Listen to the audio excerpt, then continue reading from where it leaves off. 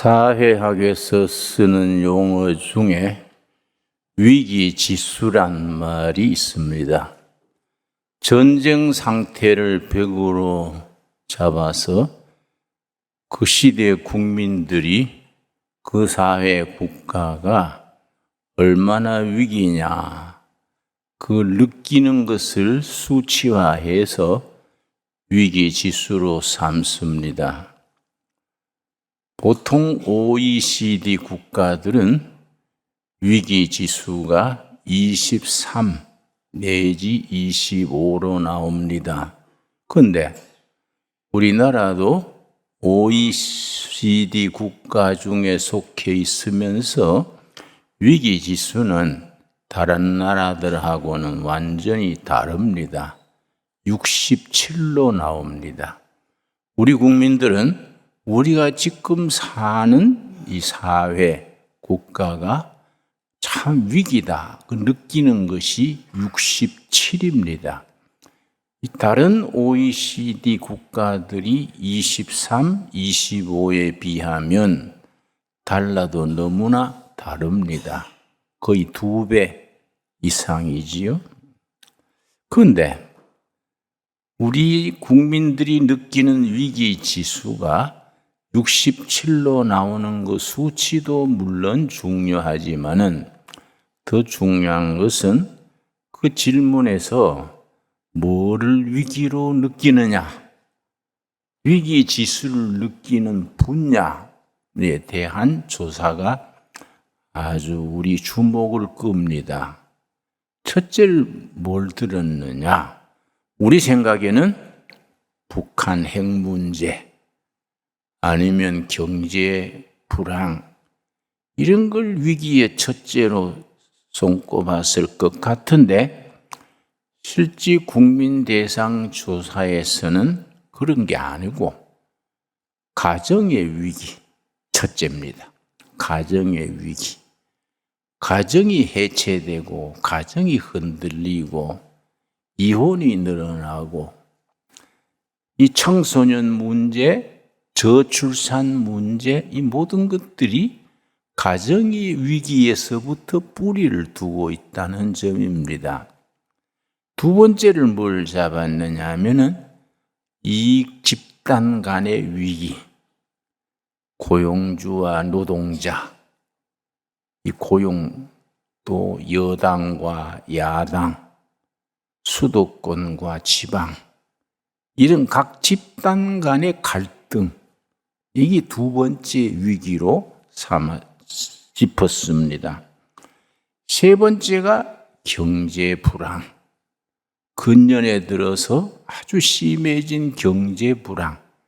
그건 사실은 윤석열 정권 탓도 아닌데 그 전부터 내려온 것을 뒤치다꺼리 하는 거인데 또 세계적으로 불황이 닥치고 있는데 그러나 국민들이 현장에서 느끼는 것은 지금 정부를 원망할 수밖에 없습니다.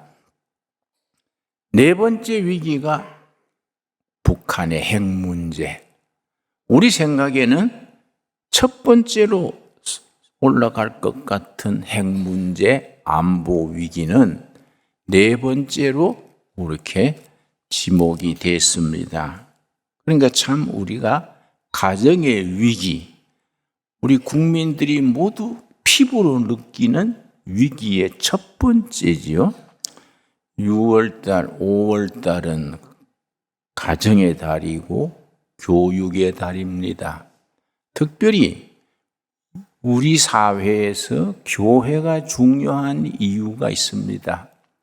어떤 조사에 의하면은 가장 가정이 안정된 분야가 기독교인들이다.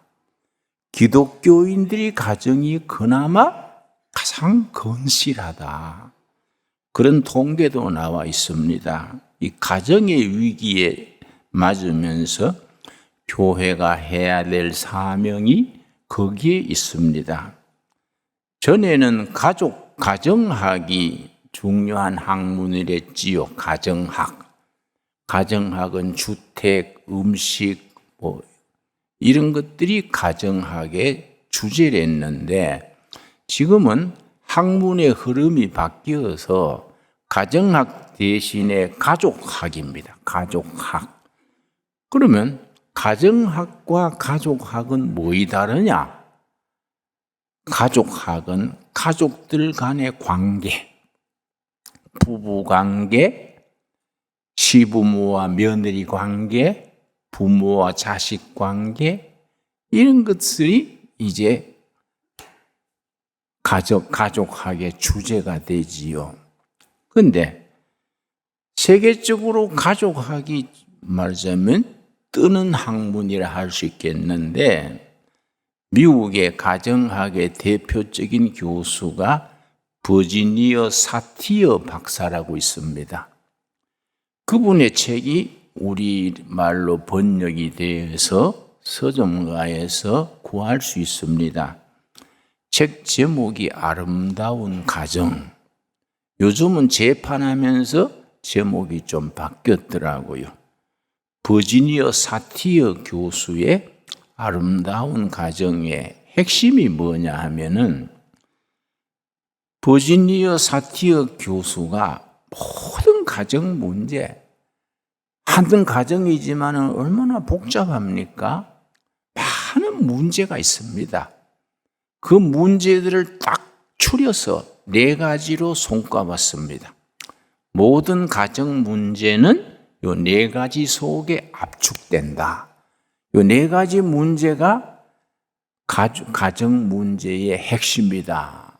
내가 그걸 책을 읽으면서 성경에 비추어서 내가 생각을 하고 또 교회가 해야 될 사명에 대해서 생각을 하고 그래서 이 나라의 건강한 가정을 세우는 데는 교회가 해야 될 사명이 참 크다. 그런 걸 실감하면서 그 책을 읽었습니다. 그 4가지 중에 첫째가 뭐냐 하면은 가족들 한 사람 한 사람, 아버지, 어머니, 아들, 딸, 가족들 한 사람 한 사람의 가치관이 중요합니다. 요즘 들어서 가정들이 왜 혼란해졌느냐? 정치에 대한 인식, 행복에 대한 인식, 이런 것들이 아버지, 어머니하고 자식들이 다른 겁니다. 선거 때가 되면은 가족들이 다투는 거지요. 아버지는 무슨 윤석열 당 찍으려고 그러고 아들은 딸은 아니야 아버지 그런 게 아니야. 이 누굽니까? 이름도 잊어버렸네. 예, 하도 뭐 하는 짓이 이상해서 이름도 헷갈려 버렸어. 그거 찍으려고 그러고 이게 가족들 간의 가치관이에요. 가치관의 충돌이죠. 그런데 크리스천 가정이 왜 중요하냐?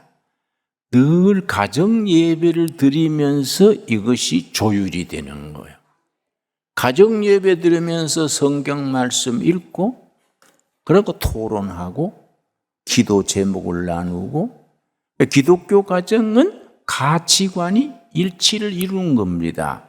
특별히 기독교 중에서도 우리 프로테스탄트 교회, 장로교회를 중심으로 하는 감리교회, 성결교회, 이 개신교 교회에서는 칼빈 선생 때로부터 우리 신앙생활에 4차원이 있습니다. 성경적인 가치관 위에서 이 4차원을 제대로 감당하는 것이 교회의 사명으로 인식을 합니다. 첫째는 경건한 개인, 둘째는 행복한 가정, 셋째는 건전한 사회, 4번째는 정의로운 국가. 이 4가지입니다. 그래서 개신교는 성경 안에서 교회 안에서만 머물러 있는 신앙 체계가 아니고 역사, 사회, 국가 이 전체를 하나님의 뜻 안에서 판단하고 행동하는 겁니다. 이 4가지 여러분 꼭 기억하셔야 됩니다. 첫 번째 뭐라 그랬습니까? 경건한 개인. 두 번째, 행복한 가정. 행복한 가정을 이루는 핵심은 예수님이 호주가 되시고, 그래서 칼빈 때로부터 장로교 전통은 꼭 가정 예배를 중요시합니다. 가정 예배. 가정에서 호주가 예배를 사회하고 말씀을 읽고 성경 한 장을 돌아가면서 읽고 자기 생각을 얘기하고 반드시 기도 제목을 나눕니다. 아버지는 우리 회사가 좀 요즘 불경기에 흔들려 기도해 주라. 어머니는 요새 물가가 올라가서 너무 빠듯해 기도해 주라. 딸은 자기 또 나름으로, 아들은 내일 시험인데 기도해 주세요. 기도 제목을 나누고 서로 위해서 기도합니다. 그 중에서 가정이 아주 영적인 가정, 경건한 가정을 이루고 가족들의 행복감을 느낍니다. 이게 안 되는 가정은 교회는 다니는데 제각기지요. 제각기. 그 생각이 다 다른 겁니다. 그러니까 우리가 이런 점을 극복하려면은 성경적 가정을 이룬다는 것. 그 가정의 중심은 가정 예배. 예배를 통해서 가족들이 대화를 하는 겁니다. 요새 어려운 것이 없냐? 요즘 뭐 필요한 것이 없냐? 서로 위해서 기도하고 이게 그렇게 소중한 거지요. 그래서 우리 교회도 저녁 예배가 없지 않습니까? 주일날 11시 1부, 2부 드리고 오후 2시 예배 드리고 저녁 예배는 없었지요. 저녁 예배 드리는 교회들도 있습니다. 우리 교회는 시작할 때부터 저녁 예배를 왜 없앴느냐 하면은 그 시간이 가정 예배 드려라. 가정 예배. 저녁에 모처럼 최소한도로 일주일에 한 번은 가족들이 모여서 저녁에 식사하고 나서 가정 예배 드리고 일주일 동안에 살아온 얘기하고 기도 제목을 나누고 이것이 행복한 가정을 이루는 중심에 있는 겁니다. 대단히 중요한 거지요. 자, 아름다운 가정에서 가정 문제의 두 번째로 꼽는 게 뭐냐면 가족들 간의 대화지요. 요즘 쓰는 말로 커뮤니케이션, 대화지요. 대화. 아버지와 아들, 어머니와 딸, 시어머니와 며느리 대화를 통해서 마음이 열리고 서로 입장을 이해하고 위해서 기도하는 겁니다. 그래서 이 대화라는 게 참 중요합니다. 근데 요즘 대학생들 대화 그러면은 대놓고 화내는 걸 대화라 그래요. 내가 두레마을 하면서 22살 먹은 청년이 두레마을에 와서 한 3년 같이 살았는데 착하고 부지런하고 참 좋은데 집중이 안 돼요. 참 성실한 청년인데 뭔가 산만하고 잠을 잘 못 자고 재구실을 못 해요. 그래서 내가 한 번은 고추밭에 데리고 가서 같이 고추밭 내면서 야, 너는 인물도 좋고 성품도 좋고 다 좋은데 왜 그렇게 집중이 안 되고 재구실을 못하냐? 그랬더니 왜냐? 사람을 바로 차려보지를 못해요. 늘 고개를 숙여가지고 그렇게 기죽어 살아요. 니 왜 그러냐? 그랬더니 딱 나오는 게 아버지 탓이에요. 첫마디가 그래요. 그 아버지가 고등학교 교감이에요. 교감. 그 너 아버지 교감 선생님 말이냐? 그랬더니 그렇다 그래요. 교감 선생님이 어땠어? 그랬더니 나는요, 내 평생 소원이 아버지한테 인정받는 겁니다. 아버지는 내가 항상 못마땅하고 꾸지람하고 한 분은 성적이 모처럼 잘 나와서 아버지한테 인정받으려고 아버지네 이번에 성적이 잘 나왔어요 하고 통지표 갖다 드렸더니 이걸 보고선 야 인마 시험은 치면 100점 90점이지 이걸 성적이라고 가왔냐? 던져버리는 거예요. 상처받는 거예요. 친구들하고 놀다가도 아버지가 야 인마 하고 막 하는 그게 연상되면은 친구들하고 재밌게 놀다가도 기운이 팍 떨어지고 맥이 빠진다는 거지요.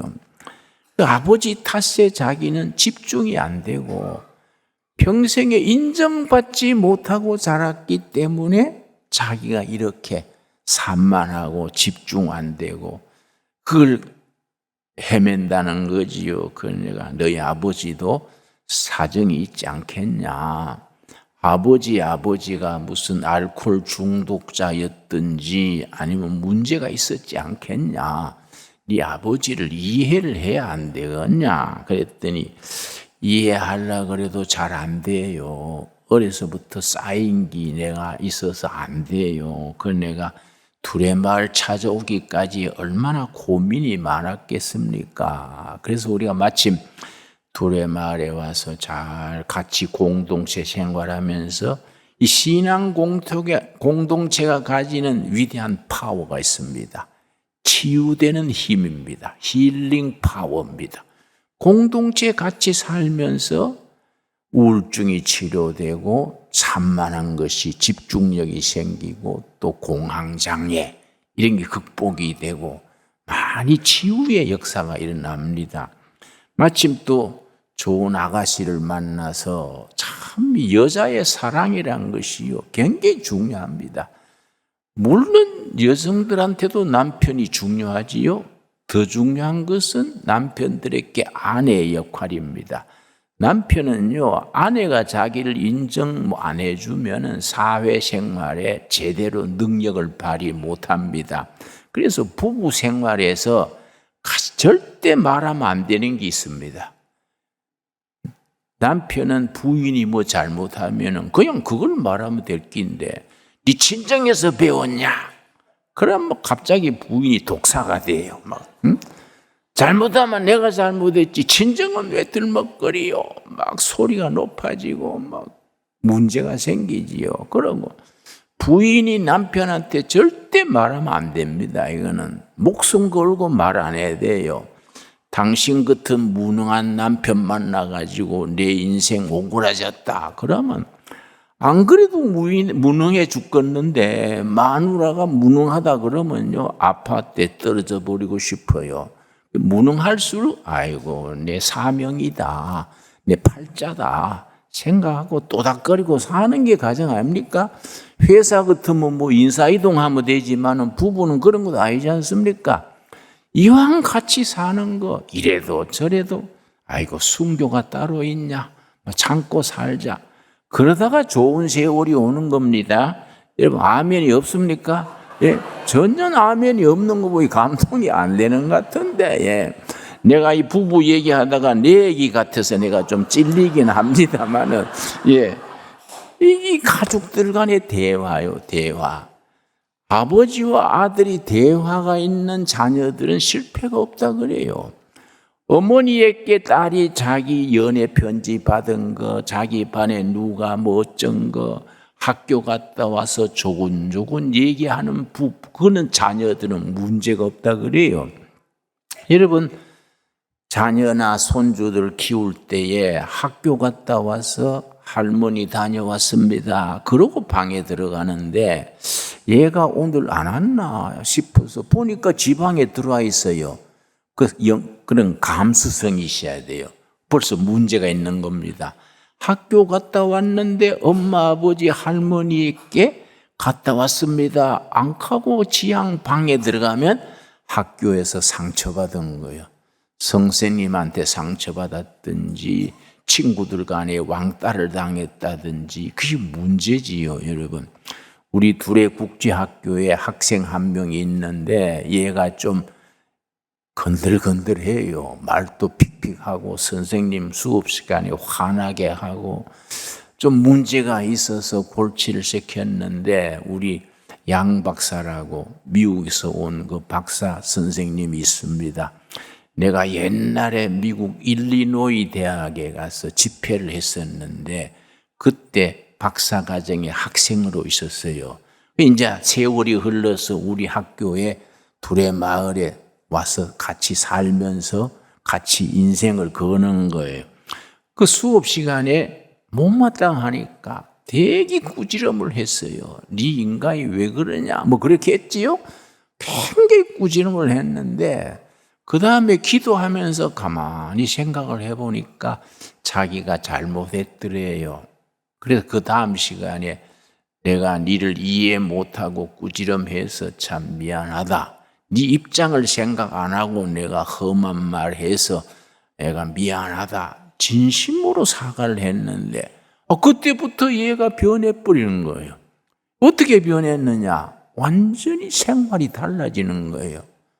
그래가지고 늘 말썽꾸러기 아이가요 100점을 받았어. 100점을 받으니까 아버지가 감동해가지고 학교에 찾아와서 선생님들 좀 한번 쏨깁니다. 내 아들이 100점을 받다니 이거는 참 기적이다. 너무 고맙다고 학교 찾아와서 인사하는 거예요.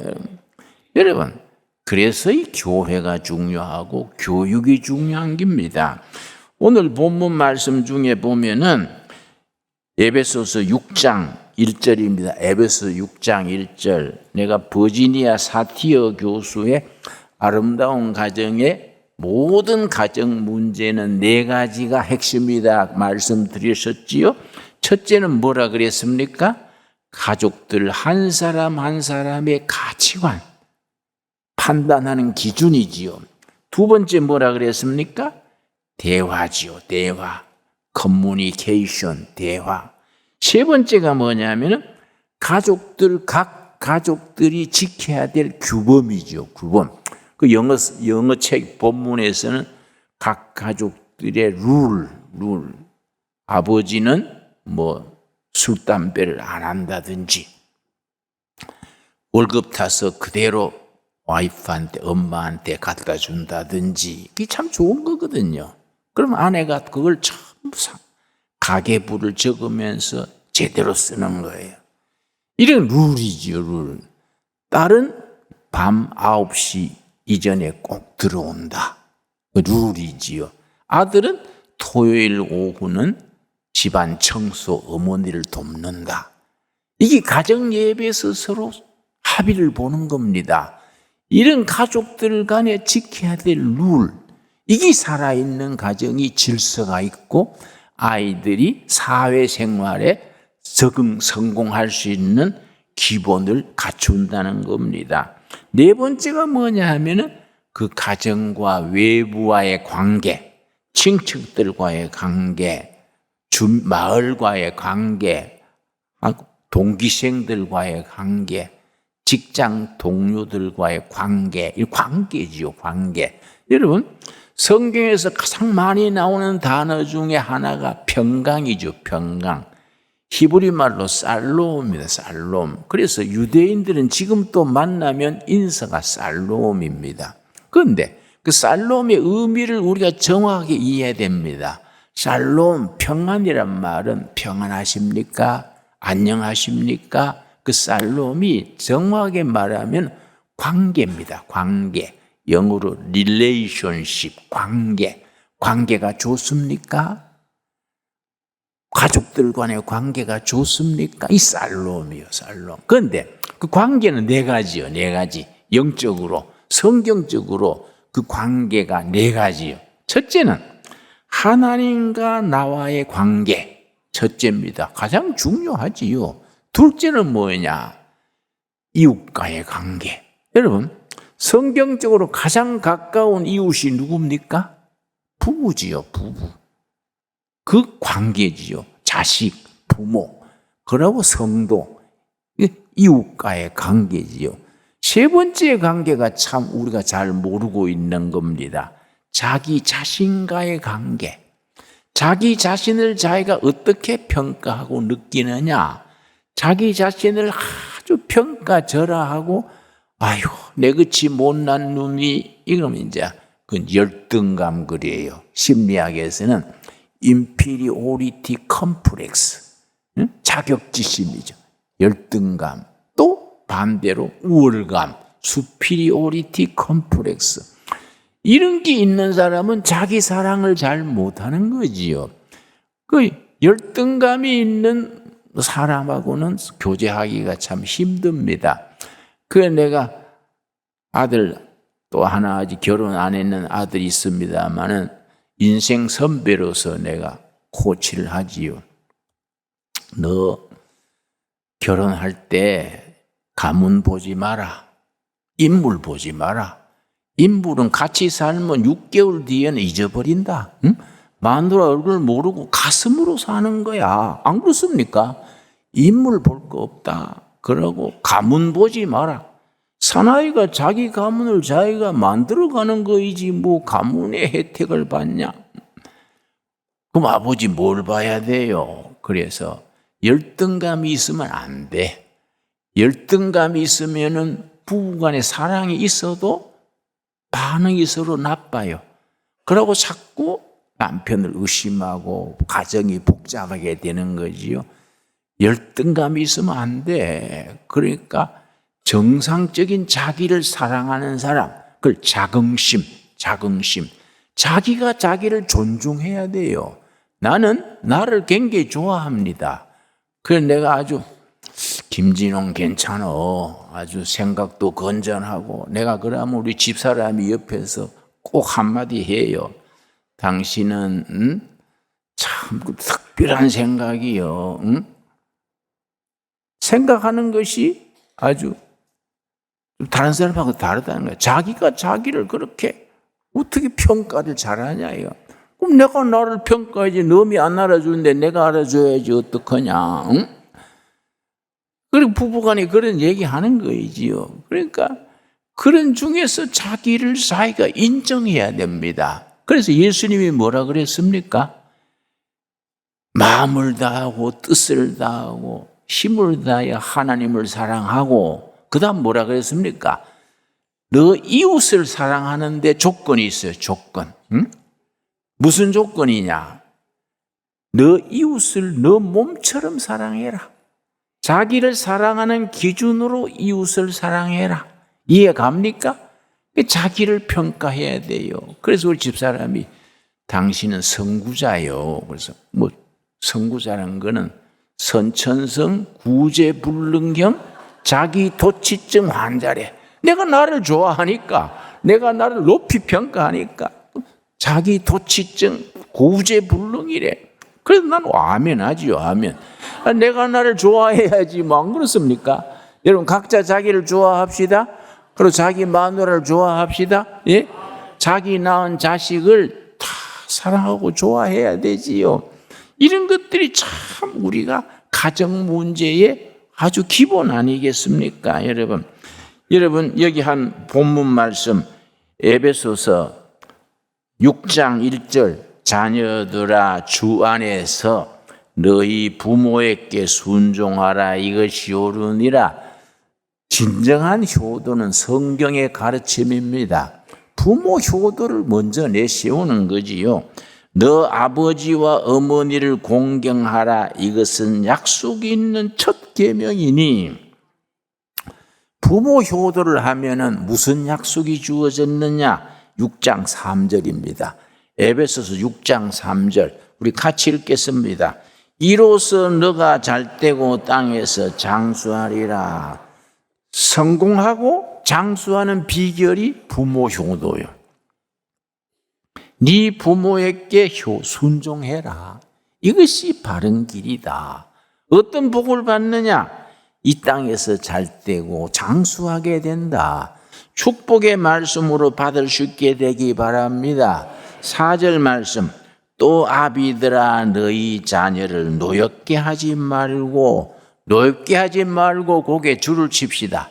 자녀들을 노엽게 하지 말고 요즘 말로 바꾸면 스트레스를 주지 말고 아이를 구박을 해서 열등감 가지게 하지 말고 부모가 자식에게 스트레스를 주면 안 되지요. 우리 한 권사님이 나한테 일부러 두레마을에 와서 상담을 했는데 너한테 말할 수 없는 고민이 있다는 겁니다. 고등학교 3학년 아들이 자기 어머니를 폭행한대요. 자꾸 때리니까 밖에 나가 있다가 남편의 아버지 퇴근할 때 같이 들어온다는 겁니다. 그래서 우리 집에 왜 그런 애가 나왔는지 모르겠어요. 나는 그 이유를 알지요. 초등학교 때부터 학원 보내고 자꾸 서울대학 들어가라 그러고 애가 부담을 준 거예요. 스트레스를 준 겁니다. 그게 쌓이고 쌓여가지고 어머니한테 복수하는 거예요. 그 심리적 구조가 그래요. 그러니까 아이 나무래기 전에 그렇게 만들었는 장본인이 자기라는 걸 알아야 돼요. 그러니까 이게 네 자녀에게 스트레스 주지 말고 네 자녀를 노엽게 하지 말고 오직 주의 교훈과 훈계로 양육하라. 전에 목회할 때 그 한 자매님이요 눈물을 흘리면서 나한테 고백을 했는데 참 착한 자기 애가 자기 직장 가고 가정부를 데렸는데 직장 갔다 오면 애가 막 옷이 막 흙이 묻고 뒹굴어 가지고 구겨지고 그래 가지고 왜 아이를 이렇게 흙 만지고 뒹굴게 합니까? 몇 번 경고했대요. 그랬더니 그 가정부가 애 어릴 때는 뒹굴고 놀아야 됩니다. 옷에 때 묻고 흙 만지고 해야 건강합니다. 그러니까 화를 내가지고 왜 모르면서 아는 체 하냐고. 우리 애를 왜 이렇게 망가뜨리냐고. 그래서 나중에 바꿔서 나가라 그러고 새로 데렸는데 이번에는 퇴근하고 오면은 애가 반듯하고 옷도 단정하고 흙도 안 묻고 무릎 딱 꿇고 있어서 칭찬했대요. 아이고 내 아들 잘해줘서 감사합니다 그랬는데 한 6개월 지난 뒤에 애가 말이 없어요. 말을 안 해요. 얼굴에 표정이 없어요. 걱정돼서 병원에 가서 진찰했더니 자폐증이에요. 자폐증. 이 흙 못 만지게 하고 뒹굴지 못하게 하고 반듯하게 있으라 하니까 말은 못하고 자폐증이 생긴 겁니다. 그래서 나한테 내가 참 어리석었어요. 그 좋은 선생 가서 맡겼어야 되는데 그러고 직장 사표 내고 애 돌보는데 한 번 걸린 자폐증이 회복이 잘 안 된다는 겁니다. 여러분 너희 자녀를 노엽게 하지 말고 스트레스 주지 말고 주님의 교훈과 선한 양육으로 길러라. 우리에게 주시는 응답으로 우리에게 주시는 하나님의 말씀으로 받을 수 있게 되기 바랍니다. 기도하겠습니다. 하나님 감사합니다. 5월 가정의 달, 교육의 달을 맞으면서 하나님의 말씀을 통하여 우리 가정이 어떻게 세워야 될 것인 건지, 우리 자녀들을 어떻게 가르치고 어떻게 부모를 효도해야 할 것인지 말씀을 마음에 새겼습니다. 우리가 경건한 교인 되게 하시고 행복한 가정들이 되게 하시며 건전한 사회를 이루게 하시고 정의로운 국가를 세워가는 일에 우리 성도들이 하나님의 자녀들이 앞장서게 하여 주시옵소서. 예수님 이름 받들어 기도드렸사옵나이다. 아멘.